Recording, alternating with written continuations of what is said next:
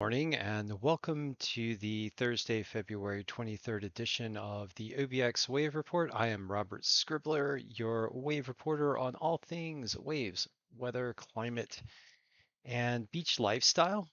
And for today, we are experiencing a wintertime heat wave in the US Southeast with many high temperature records set to fall today and possibly have already fallen over recent days as 70, 80, and possibly 90-degree temperatures are set to hit some regions in February. This abnormal heat is being driven by warmer than normal ocean water temperatures in the Gulf, both in the Gulf of Mexico and off the eastern seaboard here out in the North Atlantic, as well as a large high pressure area here circulating clockwise, bringing in tropical heat and moisture to the US Southeast. To the north, we've got a area of severe winter weather that is crossing through parts of the central and eastern portions of the northern states running from Minnesota on eastward. And we've got blizzard warnings up for parts of the Minnesota and the region just west of the Great Lakes, as well as winter storm advisories running on eastward. This storm system is expected to head out over the coming days. And then out west, we've got a northwesterly flow off the top of another large high pressure system pushing into the US West with multiple impulses of stormy weather coming into the US West. And this trend of stormy weather for the US West is intensifying once more on the top of basically on the east side of a very large high pressure system that's dredging up cold and stormy air and hurling it down across the Pacific into the US West. So some very dynamic features here for the United States with much warmer than normal temperatures here in the east and south and cooler than normal temperatures with stormy conditions out west. Stormy conditions actually predominating large portions of the country right now, particularly in the US northern tier from central US eastward and for the US West, with multiple impulses predicted to ride off the front side of that high pressure system and into the US West Coast, focusing more and more on California over the coming days. Here in the Outer Banks right now, we are seeing temperatures in the upper 60s to lower 70s today, projected highs. Regions just west of us expected to hit into the 80s, stretching from Richmond south through parts of the Hampton Roads region like Chesapeake, Elizabeth City, and then running on down through just as you get into like slightly more inland regions along North Carolina and South Carolina into Georgia and down here in Florida, maybe temperatures up in the 90s for central and parts of South Florida. So major potential record-breaking heat today for the eastern US. Looking at the National Weather Service radar, you can see all the alerts lit up like a Christmas tree for the northern portion of the US. And you can see these blizzard warnings that are still up for parts of Minnesota and the Dakotas and a section near the Great Lakes here. And then the winter weather advisories up for the Northeast US. You can also see the small craft advisories up for the coastline with gale warnings for parts of the Outer Banks just south of Oregon Inlet here. On the east-facing beaches of Hatteras Island, we've got gale warnings, and then running on south through to, looks like the Morehead City area. Yeah, Moody County, Morehead City area, just east of the Outer Banks out there. So gale warnings up. These gale warnings due to strong southwesterly winds. We've got observations on the coastline showing near gale force winds in the range of 30 to 33 miles per hour for example, like Rodanth, Buxton, and Billy Mitchell in those locations. So we've already got near gale force conditions on the coast right now. These winds coming from the southwest are kicking up a strong southwesterly swell, but are tending to blow out the waves for the east-facing beaches. We'll get into that in a moment. I did want to show you a little bit more detail regarding the temperatures that we are expected to see today. This is a forecast for 3 p.m. local time for the U.S. East Coast. And this weather picture is not as granular as it can be. It's likely that the temperatures that are showing in this model will undershoot the high temperatures by about a degree or two, but I did want to give you guys an example of the extreme heat that the US East is expected to feel today. Now up here just north and west of the Washington DC area, looks like highs are expected to get up into the middle 70s. 74 to 76, 77, maybe even warmer in certain locations. Down near Williamsburg, temperatures looking like they're going to get close to 80, possibly even warmer. And then as we head on south, we get temperatures close to the 80-degree mark here, south and west of Elizabeth City, and then into the 80s for southeastern parts of North Carolina. And then as we go further on south, we get well into the 80s for South Carolina, mid 80s for parts of Georgia, possibly even into the upper 80s for parts of Georgia. And then as we start to get into Florida, temperatures getting up into the upper 80s and possibly even the lower 90s around the Orlando area. And then as we head further south, getting close to the Everglades and Miami, it does look like we might see temperatures in the 90s. So big heat wave for the US East today and tomorrow. And I'm going to deal with this door here. The wind's blowing it a little bit. So mea culpa. We don't want to have the door slamming on and off as we go through the wave report here. But in any case, yeah, we've got a major heat wave on tap for the US East. This is a February heat wave on February 23 with summer-like temperatures for parts of the US South and East. Now, the main driver of this, I did mention this before, is a large ridge of high pressure off the US East Coast that is scooping up this heat and moisture coming from the Gulf of Mexico, the Caribbean, and the Atlantic Ocean. And I do want to show you the sea surface temperatures. I've been talking about this quite a bit, and we're not going to stop. Let's get to now, and then currents. And sea surface temperatures for the Atlantic Ocean are warmer to much warmer than normal. As you get into the Gulf of Mexico, sea surface temperatures are in the range of 1 degrees Fahrenheit to 4, possibly even 5 degrees Fahrenheit above normal. Just off the US East Coast, temperatures predominantly in the range of 2 to 5 degrees Fahrenheit above normal. And then off the US Northeast, we have ocean water temperatures in the range of 3 to 17 degrees Fahrenheit above normal. And we can just pull out and see that for most of the subtropical and temperate region ranging all the way up to the Arctic, for the Atlantic Ocean is warmer to much warmer than normal. These warmer than normal ocean temperatures are helping to build this warm, moist air mass over the US Southeast and helping to set off the records that we are seeing. So there is a climate change footprint on the high temperatures that we are seeing, driven by warmer than normal sea surface temperatures and driven also by the larger effects of climate change, which are themselves driven by fossil fuel burning, which adds heat over time to the Earth system by blanketing the Earth in more heat trapping gases, primarily carbon dioxide, which traps more of the sun's energy in the atmosphere that then gets absorbed by the ocean. And over time, you get just general warming. But at the surface here and on the oceans, you can also see the climate fingerprint in the warmer than normal sea surface temperatures.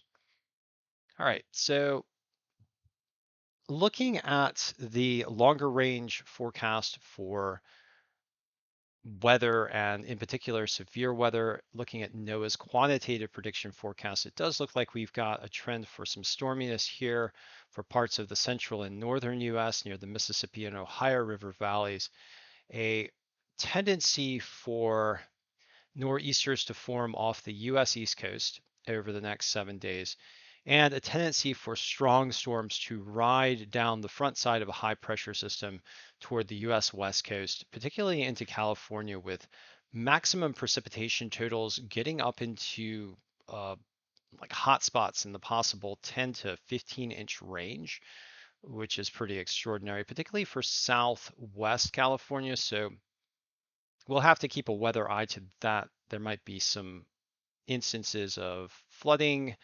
landslides, other severe weather instances. For those of you out on the West Coast, I encourage you to stay tuned to your weather experts and your local emergency management officials for any alerts and advisories, particularly as you get into California, because the weather picture, at least for the models coming in from NOAA, look rather severe. So please stay safe out there, you guys.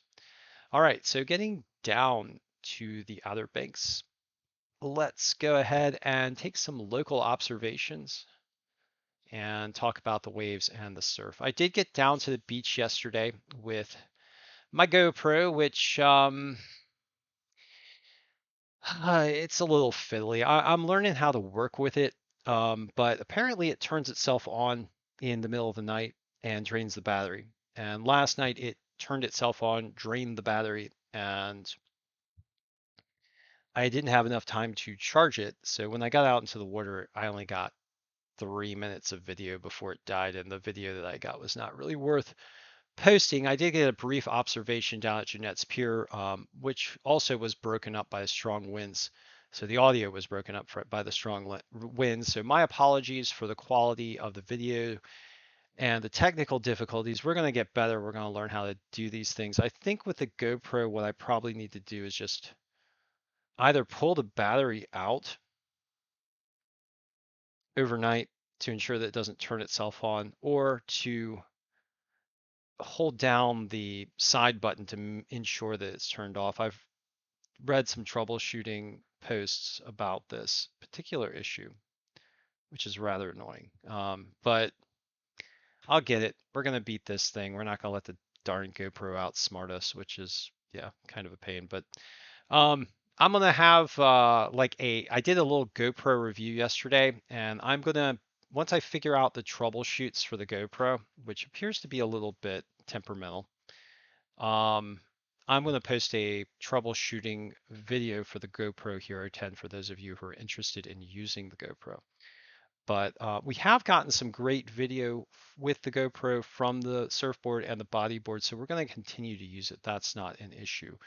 It's just a question of tweaking our use and figuring out how to use it well. All right, so let's get down to Jeanette's Pier and talk about the wave conditions. And right now, wave conditions are rather small. I did get out there yesterday and surf. The waves were pretty small as well. It didn't have a lot of energy. I think I found the limit of the Lost Rocket Redux with about a 1 foot. 1 foot waves, or it's kind of hard to surf 1 foot waves on that thing. And the waves were about, I'd say, 1 to maybe 1.3, 1.4 feet yesterday. They were still breaking, and they were still forming up. But the day before, we had waves in the range of about 1.5 foot, and those were totally rideable. But the waves yesterday were just a little bit too small to get enough energy to get a good pop up and a decent little ride on it to really practice. Although getting out and just practicing your stand-ups, even in bad, kind of grovelly surf is good. I don't know. At some point, when I have more funding, we might get like a longer board and get out into the grovelly surf and get some better rides with a longer board. But nonetheless, Lost Rocket has been pretty versatile. Today, right now, the surf is in the range of about 1 foot at Jeanette's Pier. I've looked at some models. They say the waves are going to get a little bit better this afternoon. We'll see. I'm going to get down there. If we can't get good waves with the surfboard, we're just going to hop into it with the bodyboard and try and get some GoPro videos for you guys. Primary swell's coming in at 10 seconds, secondary swell at 7 seconds. Right now, winds out of the southwest at 19 miles per hour, which is an offshore flow. Air temperatures right now in the range of about 58 degrees. I can say that's probably actually a little warmer right now, um, and it's going to get warmer throughout the day. Ocean water temperature is 51 degrees. It's a little cold out there. I spent longer time out in the ocean with my 3.2 millimeter wetsuit, and I started to feel it after about an hour out there. So make sure you got your cold weather protection. Partly cloudy today for the weather conditions. Expected high of 73 degrees Fahrenheit. So very warm down here in the Outer Banks near the Nag's Head region. I would say, depending on the way the winds work, we might even get warmer than 73, but most of the extreme temperatures are going to be inland with those 80-degree, possibly lower to middle 80-degree readings. All right, heading on down south to Rodanthe. And again, we'll see. Sometimes the temperature measures have undershot temperatures, but one of the things that I have noticed is that the windier it is, the cooler it will tend to be, regardless of where the winds are coming from. I think because the winds are picking up the cooler air over the waters. All right, so getting down to Rodanthe right now, the winds are in the range of 1 to 2 feet. I'm sorry, winds. The waves are in the range of 1 to 2 feet, with a primary swell coming in at 7 seconds. Secondary swell coming in at 9 seconds. Winds down at Rodanthe near gale force with 31 mile per hour winds blowing offshore from the southwest. Air temperatures right now 66 degrees Fahrenheit. Ocean water temperatures 55 degrees Fahrenheit. And the weather conditions for Rodanthe expected to be partly cloudy with a high of in the upper 60s to possibly lower 70s there. All right, and then heading on down south, we're going to go to Buxton, which can tend to be the big wave spot for the Outer Banks. Right now, the waves, we've got two swells, one that's coming in from the east that's a little less than a foot tall, and then one coming in from the south, almost due south. And that swell is 7 feet, but with that cross shore component, the wraparound is a bit less. So what we've got is 3 to 4 foot waves. Sweet, please. Sorry, I'm dealing with I'm dealing with a windy blowing of the door here, which is kind of opening and closing the doors. So mea culpa. That was not a sweetie problem. That was a wind problem. But in any case, so yeah, right now the winds are blowing at 30 miles per hour out of the southwest, which is an offshore flow there at Buxton. And we've got that 7 foot swell rolling in from the south and southwest. I'm sorry, southwest, and it's just coming cross shore. And so we've got 3 to 4 foot waves breaking on the coastline. Air temperatures right now in the range of 67 degrees Fahrenheit. Ocean water temperatures at 59.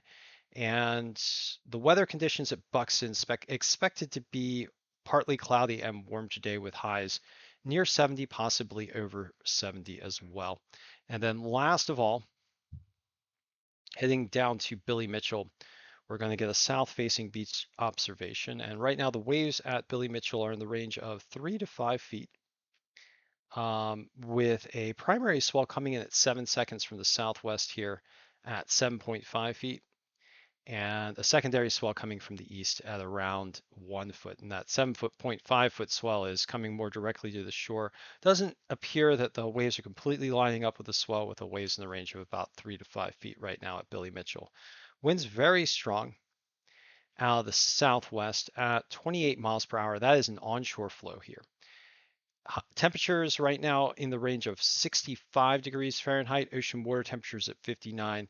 Weather conditions are partly cloudy with an expected high of 69 degrees Fahrenheit. And I just will say that right now here in Mania, it feels pretty warm. I mean, I'm sitting in the house. I'm having to sip my cold, icy beverage here, and I've got the windows open. And I'm feeling the heat a little bit. I got a little just a light little sweat here. I am wearing some lounging pants right now, but it feels rather warm. I'd say in the house right now it's in the middle to upper 70s. We do have a nice breeze here, but it does feel warm. It feels like summer right now in Mania, which is nuts for February. All right, so let's look at the 8 to 14-day temperature outlook. And the trend for warmer than normal conditions for the US South and East continues. And the trend for cooler than normal conditions for the US West continues. This trend has been in place for some time, and in the Climate Prediction Center forecast, it is expected to be ongoing.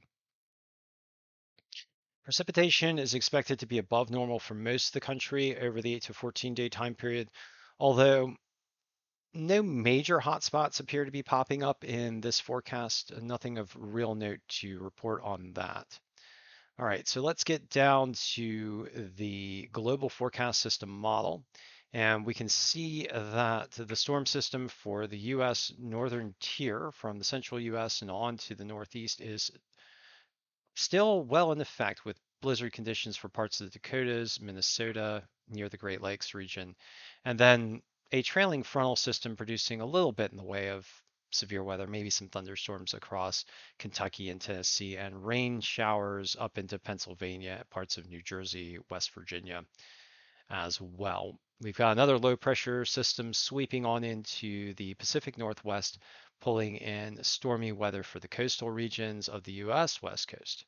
And let's go ahead and advance this model. I do want to show you where these storms form and line up over the next few days and getting into next week. So for Friday, the storm system is going to focus more on the northeast as another storm passes into California. The storm in the northeast heads offshore late into Friday. As the west coast gets pounded, we get a little bit of a stationary front over the southeast, some disturbed weather over the Great Lakes by Sunday, and some rain possibly into the Outer Banks and the Mid-Atlantic on Sunday, as well as an impulse moves offshore later in the day. And just a continuous series of impulses moving into the US West Coast. And then by Monday of next week, we get a strong low pressure system that forms in the central US and quickly tracks off to the north and east for what looks like another major weather event for the northern tier of the US with possible severe weather in a trailing frontal boundary by Tuesday and running into Wednesday, at which point the storm system heads on offshore. We get another impulse running through the US East on Thursday in the forecast. And then by Friday, we get this big storm that starts to form near the Gulf Coast with what looks like some potential for severe weather, particularly as we get into Saturday for parts of the Appalachians, Tennessee, Kentucky, parts of West Georgia, and into Alabama. This, of course, in the global forecast system model is more than a week away, so it's in grain of salt territory, but if the system does form, it looks pretty severe. And then it transitions to a coastal low by Saturday, March the 1st, and becomes a bit of a nor'easter for the Mid-Atlantic and the US Northeast later in the day on Saturday before tracking on off the Northeast coastline into Sunday, into late Sunday.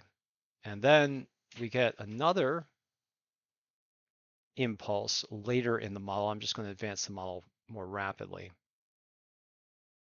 as So as we get later into the model, we get another impulse that kind of rides down in a retrograde fashion off the coastline and forms a bit of a weak nor'easter. So tendency in the model for severe weather, we're going to have to keep an eye on it. Lately, the models have been picking up some potential for severe weather, but at least for the longer range, there hasn't been much in the way of consistency. We'll just keep a weather eye toward things for you guys. And then let's get back to the coastline and look at the wave models. All right, so right now, let's make sure we are at now. Right now, we have a swell coming in from the south. This swell for the east-facing beaches is mainly getting blown out. For the south-facing beaches, the swell is coming more onshore. Looks like the swell in this model is indicating in the range of about 5 to 6 feet off the outer banks. By tomorrow, the swell is expected to die down a bit as the winds start to change. And I'm going to advance this a little bit so that you can see the wind starting to come in from the north. And we get more of a northerly swell as we get into the afternoon hours on Friday, with the north swell building with those northerly winds coming in behind the front. And we also get a little bit of a coastal low here that develops and moves on offshore as well. So it's not a real nor'easter, I wouldn't say. Maybe a mini nor'easter might be the best term. Nonetheless, waves are expected to pick up for the east-facing beaches at last. And as we get into the day on Saturday, the waves will tend to be better with a 4 to 5 foot swell coming in out of the northeast. Generally, just better wave conditions for the weekend. And then into Sunday, we have swells coming in from the east in the range of about 2.5 to 4 feet for the east facing beaches. So again, much better wave day on Sunday. And then as we get into Monday, the swell picks up again in the range of 3 to 5 feet, looks like. More easterly orientation, better waves, looks like good wave days. The air temperatures are going to be cooler behind the front, but not, I wouldn't say too cold, probably in the 50s, maybe lower 60s, depending. But we do get more of an Atlantic Ocean storm influence with a swell coming in from the east for later in the day on Friday, Saturday, Sunday into Monday. And let's see if it holds up. Oop, nope. So I don't think we can get into Tuesday. Let's just go ahead and see. Let's see. This is Sunday, Monday, and Tuesday. Nope. But I believe the swell will probably continue to hold up on, from the eastern orientation. Looks like into, or well, looks like more of a southeast orientation as we get later into the day on Monday. All right, so thank you for joining me for this version of the OBX wave report. Actually, before we end, I do want to show you the West Coast because the West Coast has gotten some pretty good waves recently. Yesterday, especially. Um, Waves have calmed down for the southern beaches, but still good in the range of about 4 to 6 feet, looks like 3 to 6 feet for some of the southern beaches in Southern California. And once you get up the coastline, waves much larger in the range of about 10 feet near the coastline. And tamping down tomorrow, getting more of a south swell coming in on Saturday with decent waves coming into the the southwest beaches of California. And yeah, so generally relatively decent waves over the next day or two for Southern California as well. All right, so thank you. Ooh, hold on. um Interesting. So in the day on Monday, we've got like a really big, looks like kind of a bomb cyclone event here off of Greenland, which is likely to push a huge swell out toward Ireland and Portugal. We're going to have to keep an eye on this. I just kind of discovered this as we were going through the models. 44-foot significant wave height south of Greenland. So see how far we can go with this. Yeah, it looks like a large wave field propagating with the main event for the coast of Greenland, but nonetheless, very large significant wave heights off of Portugal here in the 17-foot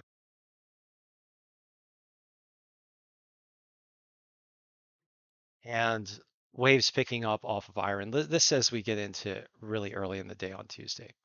All right, so kind of a smattering of different things to discuss here for the OBX wave report today. The main weather event for the US Southeast being this heat wave, this winter heat wave that we're experiencing, unseasonable warmth with a climate change related fingerprint on it.